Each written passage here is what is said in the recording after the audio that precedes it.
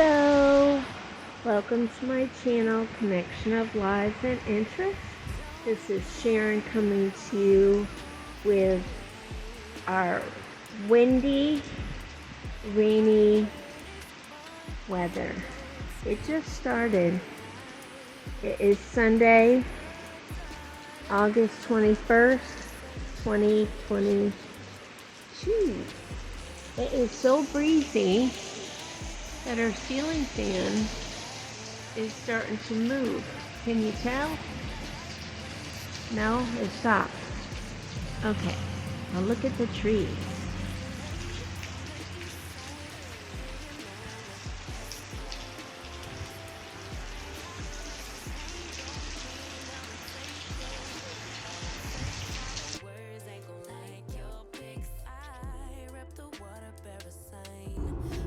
What is going on, my beautiful people? Today is Wednesday. Today is Wednesday, August the 24th. And we are recording Tech Tuesday to be ahead of the game and to get it uploaded so that it can marinate in these YouTube streets. So today we're going to talk about two things. But I want to give credit where credit is due. I know you just saw it, but I want to give credit to the content creator that came up with this idea for the video. It's Connection of Lives and Interests 2020. In a previous premiere, they asked the question, should you be a YouTube public subscriber, and are there benefits? So that's what we're going to discuss today. And then we're also going to talk about something else that happened last week for Tech Tuesday. So the first thing that we're talking about is, should you be a public subscriber? Now, I'm going to put on the screen a quick video of how to do that right now.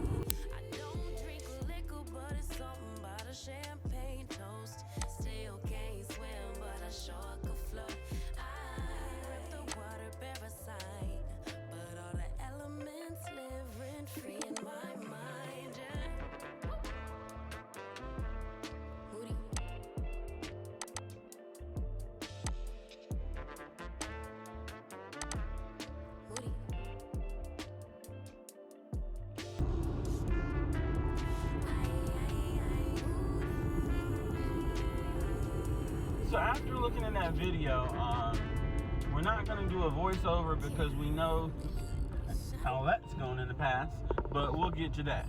So when you go to your little avatar up in the top right corner, and then you go down to settings, and then on that next screen you go to privacy, and when you're at privacy, then you are able, try to make sure y'all don't fall out the mountain. So then you're able to hit those two ticks to turn them from blue to gray. By default, they are blue, which means that you are a private YouTube subscriber. But then when you turn them to gray, that makes you public. Now, there are certain advantages of being a public YouTube subscriber. One of the biggest advantages is actually for those that interact with you. As a YouTube content subscriber, when you see your numbers go up, you're thankful that they went up, but you often wonder who it was, because someone said they were coming, somebody left a comment, but did they really become a family member like they said they were? When we make sure that our account is public, and that way that content creator is notified when we actually become a member of their family. Now, that is just a kindness that we can extend to others, because we would want the same kindness extended to us. Now, it also adds some other features as far as playlists that are not just your own, based on that screen that we looked at a few minutes ago. So there are some distinct advantages to being a public YouTube subscriber. Now, there's many different reasons why people remain private. I'll be honest with you, before the suggestion, I didn't realize that we were private. I thought we were public. But in doing the research and preparing for this video and going into the settings and privacy, I realized that we were set to private. So that has been changed. Now when we join content creators families, they will get a notification. So what happens is when you are a public subscriber and you join someone else's family, they get an email and they get a notification through YouTube saying that you have joined their family. The only other way for them to know when you're private is the fact that their number goes up by 1. But if you're not paying attention to what the number was, then it's difficult to even notice that that happened. So being a public YouTube subscriber makes a big difference. Now, I'm going to share with you something that happened this morning. And it's one of those things that kind of ties in with what we are discussing right now. So we released a YouTube short of me doing the strongman deadlift with the tractor trailer tires. And in 76 minutes, it got 18,000 views. I hope this is in focus because I'm using one device to show another device, and that can be crazy. But yes, it got 18,000 views. Now, the best part about it is the results from it aren't just the views. It also, let's see, so up until this point, where we are right now, I'm going to tell you how this video is performing. So right now it's got 18,116 views, 64 watch time hours, which unfortunately don't count toward monetization. And we gained 20 new family members from that one YouTube short. Now, the reason why I highlighted that is because I know that the numbers went up because I watch our numbers so many times a day, it's ridiculous. So I knew that the numbers went up by what it said, 20. But I didn't get any notifications that such and such had joined our channel family. But if these family members were public, then I would get a notification. Now, what that helps is it helps us to know who's in our family so that we can motivate and so that we can encourage and so that we can speak positively of others in our live stream, our content, our premieres. And that's how you can be a part of somebody's family and you've been there for months, been watching videos, you may just not have commented, but yet when you comment, they say you must be new to the family. Well, you're not new to the family, you know that you've been there, but they had no notification that you were even part of the family because you hadn't had a chance to comment on videos, and although you were watching them, there was no way for them to know that you were watching. Now, some people enjoy their privacy, and I completely and totally agree with that, and I understand, you know what I mean, we're just sharing knowledge. It's up to you to do what you want to with the knowledge, but there are some distinct benefits of being a public YouTube family member or public YouTube subscriber. Now, in covering that, I wanted to make sure that we kind of discussed the pros and the cons of it. Now, the cons of being a public YouTube subscriber is the same thing that is the plus. If for some reason you don't want people to know, then that would be a con. But other than that, there isn't anything else top secret that's going to be shared because you're a public YouTube subscriber.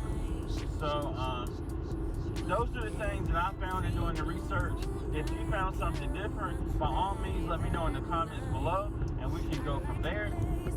The other thing that I wanted to share with you is what happened for me is yesterday, and for you is last week.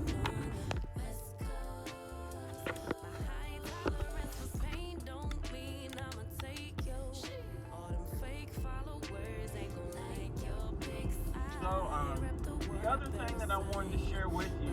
Now, for me, it was yesterday. For you, it was last week. Was what happened with the Tech Tuesday video.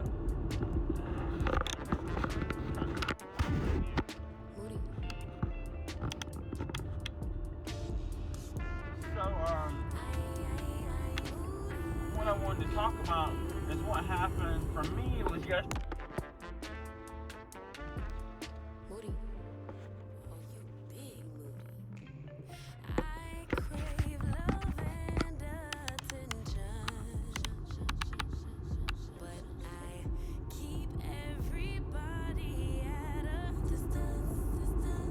So the other thing that I wanted to talk about is what happened in last week's Tech Tuesday.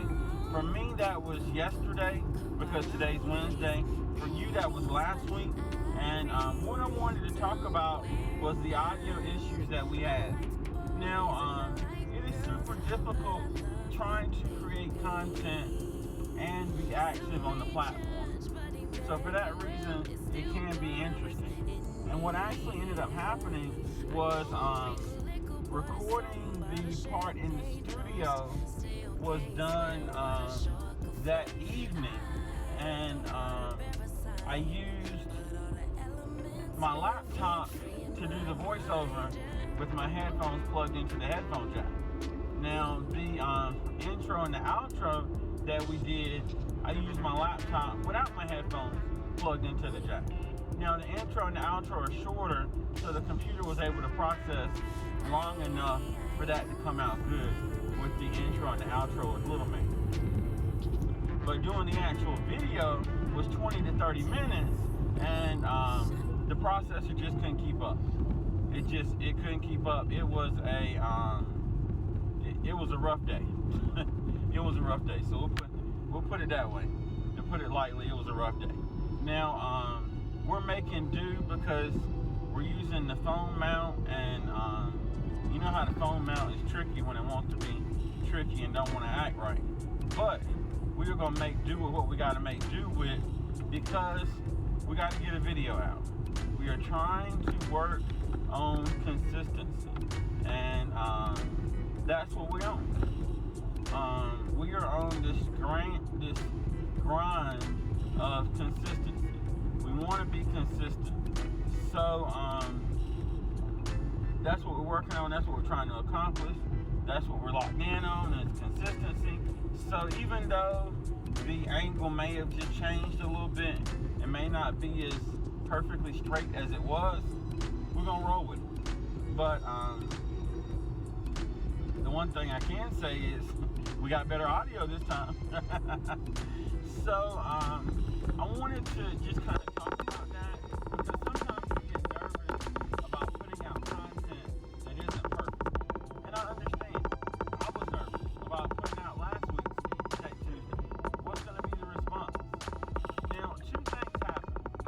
The first thing happens, once you do that a couple times, it frees you as a content creator, because now you don't have to be overly focused on what happens, because you've already been at the bottom. You've already had a video that didn't perform well, and that wasn't up to your standards, wasn't the way you wanted it to be, and you got through it. So now there's a freedom in the sense of, yeah, we can keep going, because I've already had a bad one, you know what I mean? And the second thing is, in my opinion, it lets your audience know, it lets your family know that you're human. So often we want to portray the most perfect version of ourselves.